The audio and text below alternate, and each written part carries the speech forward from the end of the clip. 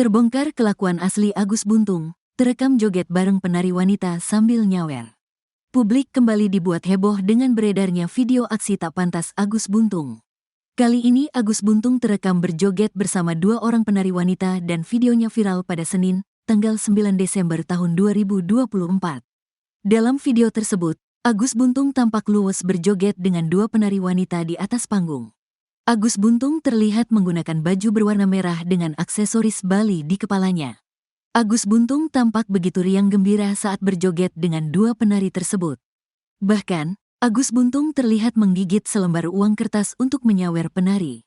Namun, ada beberapa gerakan Agus Buntung yang membuat warganet geram. Gerakan Agus Buntung tersebut dinilai tidak sopan terhadap para penari wanita. Sebelumnya juga beredar di media sosial video Agus Buntung sedang mabuk sambil joget.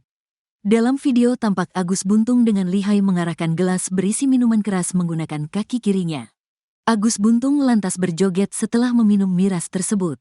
Bahkan kini baru terungkap bahwa Agus Buntung berulang kali menggadai motor untuk beli minuman keras.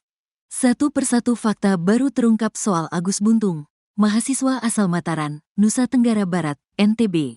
Setelah membantah melakukan pelecehan seksual, kini Agus Buntung harus menghadapi puluhan kesaksian dari wanita yang pernah ia ancam.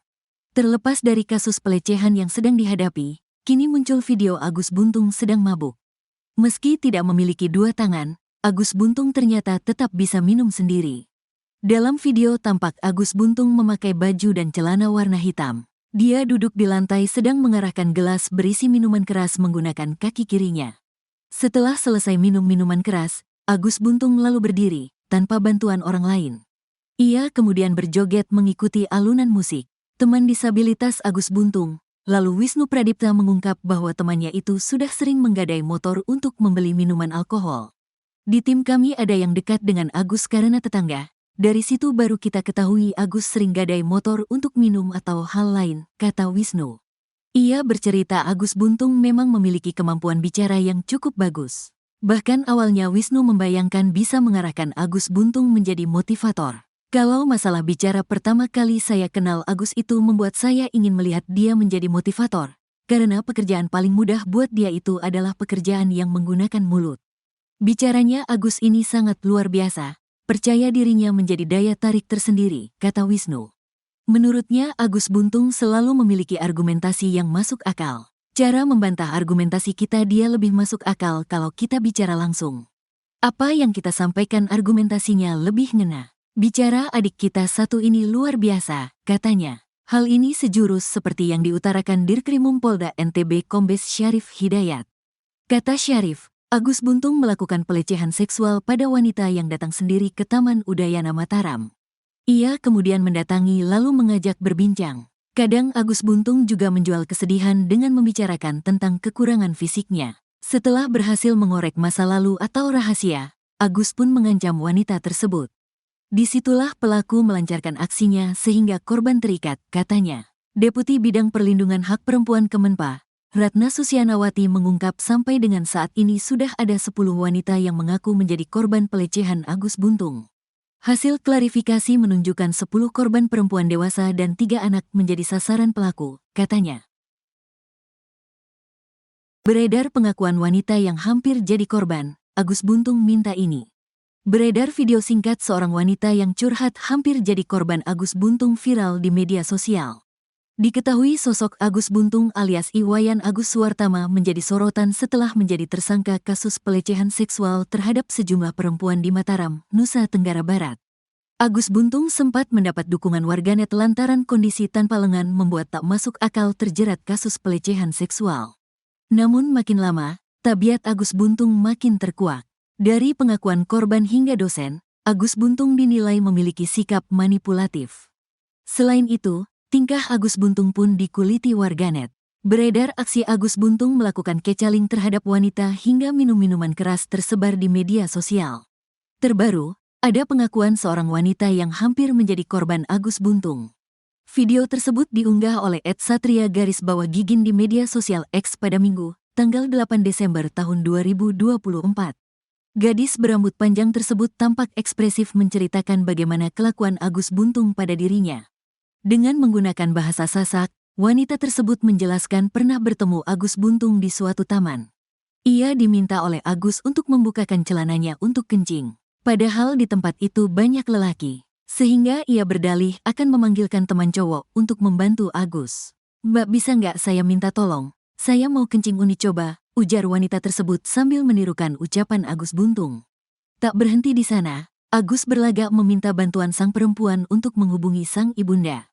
Diduga cara tersebut dilakukan agar Agus Buntung mendapatkan nomornya. Viral pengakuan dari salah satu korban incaran Agus Buntung. Kronologinya, si Agus minta bantuan dibukain celananya pas pipis, padahal di tempat itu banyak cowok juga dan kenapa minta tolong ke cewek. Terus mbaknya bilang tunggu sebentar, mau dipanggilin teman cowok untuk bantu si Agus. Nah, mbaknya belum selesai ngomong Agus minta tolong lagi buat telepon ibunya. Kayaknya itu akal-akalan Agus biar dapat nomor mbaknya, dan benar saja abis itu si Agus ngechat mbaknya, tulis akun @satria_gigin. Video berdurasi 58 detik tersebut sudah dilihat lebih dari 76.000 kali dan disukai lebih dari 200 akun X. Meneunin juga aku. "Mbak, bisa nggak saya minta tolong? Saya pengen kencing unin coba." Padahal leno tuh aku irame dengan taman nu kembe aku do. Aku lain endeng tulang. Padahal duit mama kena kembe dek ijo mama lain nu sekomplotan lawan kancana kan. Sencuru aku telepon maan meneunin. Takut di penjara, Agus Buntung kini minta damai dengan 15 korban pelecehan. Iwayan Agus Suartama alias Agus Buntung atau Agus Trex meminta kasus pelecehan seksual diselesaikan secara damai.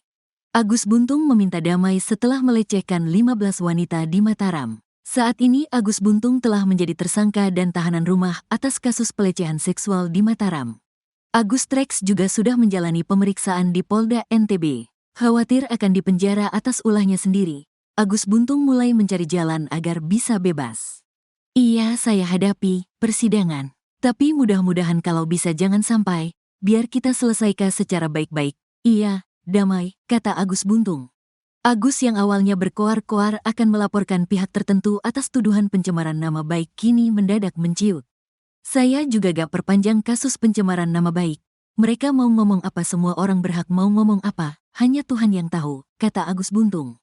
Agus berharap bisa tetap menghirup udara bebas meski telah melecehkan 15 wanita.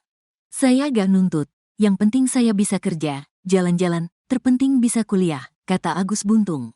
Direktur Reserse Kriminal Umum Polda NTB, Kombes Syarif Hidayat mengatakan bahwa pihaknya belum ada rencana menempatkan Agus Buntung menjadi tahanan rutan. Pria tanpa tangan itu masih dalam status tahanan rumah. "Sebenarnya penetapan tahanan rumah ini merupakan bagian dari perhatian kami terhadap hak tersangka karena secara fasilitas tahanan untuk penyandang disabilitas itu kami belum memenuhi. Makanya status tahanan rumahnya sudah kami perpanjang dalam masa 40 hari, jelasnya. Berdasarkan informasi dari Komisi Disabilitas Daerah, KDD, Provinsi NTB, jumlah korban IWAS alias Agus bertambah menjadi 15 orang. Saat ini, fokus kami terkait berkas perkara yang sudah kami limpahkan ke jaksa peneliti. Memang ada 2 korban tambahan yang sudah kami mintai by berita acara investigasi. Salah satunya memang ada anak. Tetapi, fokus kami dalam pemeriksaan laporan pertama ini ada 5 korban, termasuk korban itu sendiri, pelapor, kata Syarif.